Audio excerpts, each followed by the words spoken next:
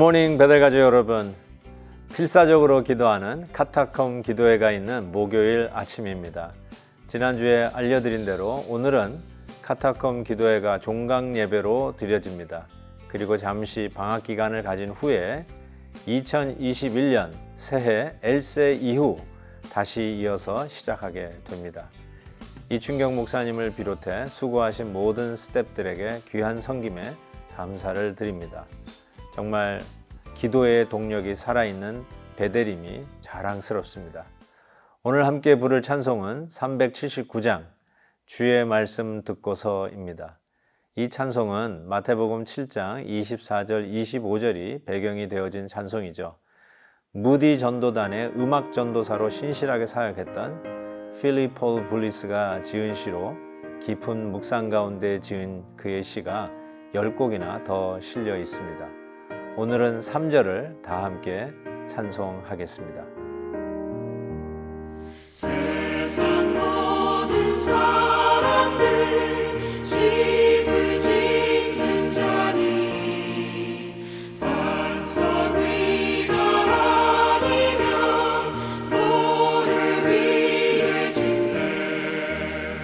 우리 구주 오셔서 지은 상을 줄때 세운 곳마다 따라서 영명삼벌 주리.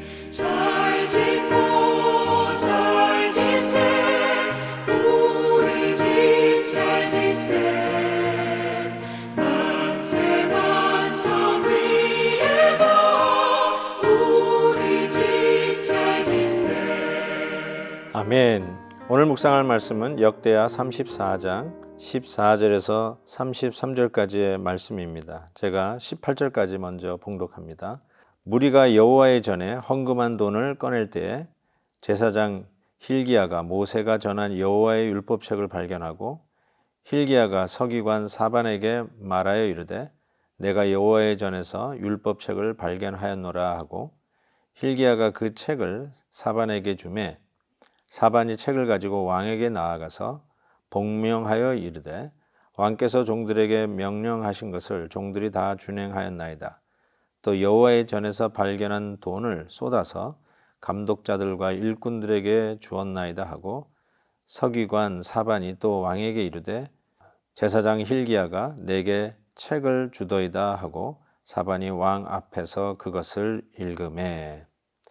계속해서 요시야 왕의 개혁하는 모습이 기록되어 있습니다. 특별히 오늘 말씀은 어제에 이어서 요시야 왕의 개혁 중에 성전을 개축하는 일들이 아주 주요한 개혁 중에 하나였습니다. 하나님을 예배하는 일을 게을리했으니 당연히 성전을 방관하고 개축하지 아니하고 깨끗이 정리하지 못했던 것이 아마 그런 이유였을 것입니다. 그래서 오히려 성전이 버려지고 많은 곳에 거미줄도 치었을 것이 분명하고요. 돌보지 않은 집들이 망가지듯이 성전 또한 그랬으리라고 생각합니다. 그래서 이 성전을 다시 레노베이션 하는데 이에 필요한 돈은 이 성전세를 거두었던 그 돈을 공사하는 사람들에게 맡기게 되죠. 바로 이 일을 하는 가운데 그 헌금궤에서 여호와의 율법이 발견되었다라고 이 제사장 hil기야가 이야기를 합니다. 여호와의 율법책이 헌금궤에 버려져 있었던 것이라고 해도 틀리지 않습니다. 전 여기에서 참 안타까운 왜 이스라엘이 하나님의 백성들이 계속해서 이 업앤다운이 진행되는 것일까? 결국 하나님의 율법이 제대로 그들에게 전해지지 않았기 때문이라는 생각을 해봅니다. 하나님의 말씀을 방관한 것입니다. 하나님의 말씀에 귀 기울여 듣지 않았다는 것이죠. 하나님이 보내신 선지자를 통해서 하나님의 말씀을 들을 수 있었지만 하나님께서 이미 모세를 통해서 허락해 주셨던 그 모세 오경, 하나님의 율법책이 기록으로 남겨져 있었음에도 불구하고 그것들을 계속 읽고 거기에 나와 있는 하나님의 뜻대로 준행하지 않았던 이유가 그들이 망하는 이유였다라고 할 수 있습니다.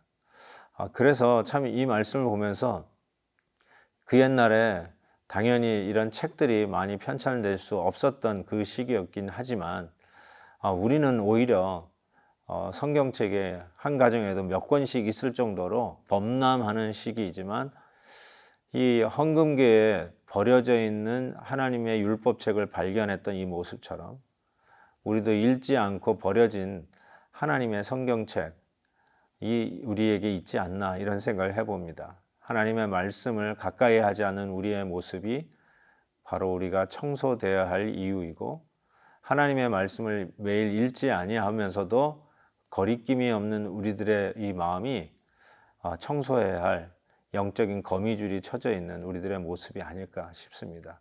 다시 하나님의 말씀을 펼 수 있기를 바랍니다. 하나님의 말씀을 이런 팬데믹 상황 속에서도 게을리하지 아니하고 오히려 우리 자녀들과 더불어 성경 일독에 도전해 보면 어떨까 싶습니다. 어느 성도님들은 성경을 필사한다는 말씀도 들어봤는데 정말 고무적인 일입니다. 꼬박꼬박 하나님의 말씀을 받아 적으면서 어쩌면 우리 자녀들에게 물려줄 말씀의 유산으로 생각하면서 적어가면 더욱더 마음속에 새겨지는 말씀이 되겠죠. 결단코 우리의 삶 속에 거미줄 쳐진 하나님의 말씀, 잊혀진 하나님의 말씀, 어디 수리하다가 버려진 책을 발견하듯이 발견되는 성경책이 아니기를 진심으로 바랍니다. 다시 한번 말씀 속에서 우리의 삶이 회복되는 은혜가 있기를 진심으로 바랍니다. 드디어 그 율법책이 발견되었을 때 이 요시야 왕이 그 말씀을 듣기를 원합니다. 그래서 19절에 왕이 율법의 말씀을 듣자 곧 자기 옷을 찢더라. 옷을 찢는 왕의 모습을 보게 됩니다. 뭘 의미한다고 생각하십니까? 하나님의 말씀을 들을 때에 정말 가슴을 찢고 싶을 정도로 회개하는 그런 마음을 이 옷을 찢으면서 표현했다라고 생각합니다. 이것이 나중에 해를 거듭하고 한 수백 년 지나면서는 말씀을 들을 때 하나의 의례적으로 옷을 찢는 것 같은 그런 일들을 바리새인들이 해왔다고 생각합니다. 그러나 여러분 옷을 찢으면 안 되죠. 우리는 마음을 찢어야 되겠죠. 우리가 하나님 앞에 경건한 모습으로 행하는 모든 일들, 그중에 특별히 성례, 우리 세례를 받는다든지 성찬식에 참여한다든지 그리고 우리가 예배에 동참하는 이 모든 것들도 형식적이고 의미 없는 일이 되는 것이 아니라 정말 우리의 마음을 중심을 담은 일이 되어야 할 것입니다. 옷만 찢지 말고 진정 말씀을 들을 때 마음을 찢는 그런 회개의 역사가 있기를 바랍니다. 바로 그때서부터 성령의 역사는 시작이 되고 우리의 마음은 다시 하나님의 왕자로 변할 것이고 하나님의 다스려 주시고 통치하시는 질서정연한 먼저 그의 나라와 그의 의를 구하는 우선순위가 바로 된 마음으로 정돈될 것이라고 분명히 믿습니다. 사랑하는 성도 여러분, 주님의 말씀을 들으면서 온라인이지만 하나님의 말씀이 선포되어질 때 얼마나 우리는 마음을 찢고 계십니까? 겸손한 마음으로 다시 한번 하나님의 말씀에 귀를 기울이면서 하나님 오늘도 나의 마음을 찢어 주옵소서. 이 회개하는 마음으로 주님 앞에 나아갈 때 오늘도 하나님의 능력의 손이 함께 하시며 우리와 함께 걸어가시는 동행의 역사가 오늘 회개하는 마음에 시작될 것을 믿습니다. 기도하겠습니다. 사랑의 하나님 아버지, 진정한 개혁은 역시 잊혀졌던 하나님의 말씀의 발견이고 버려졌고 우리가 방관했던 하나님의 말씀이 우리 가운데 다시 들려져 선포되어질 때임을 믿습니다.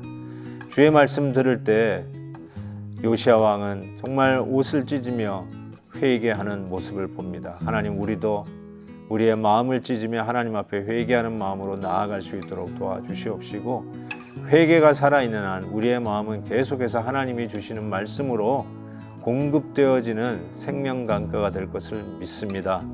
눈물이 마르지 아니하는 은혜가 충만한 저희들의 삶이 될 것을 믿습니다. 주여 간절히 구합니다.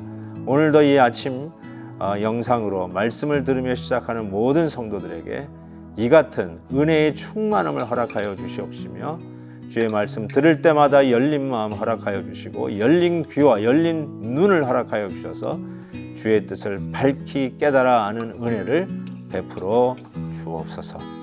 감사와 영광을 주께 올려드리며 예수 그리스도의 이름으로 기도하옵나이다. 아멘. 내일 또 뵙겠습니다.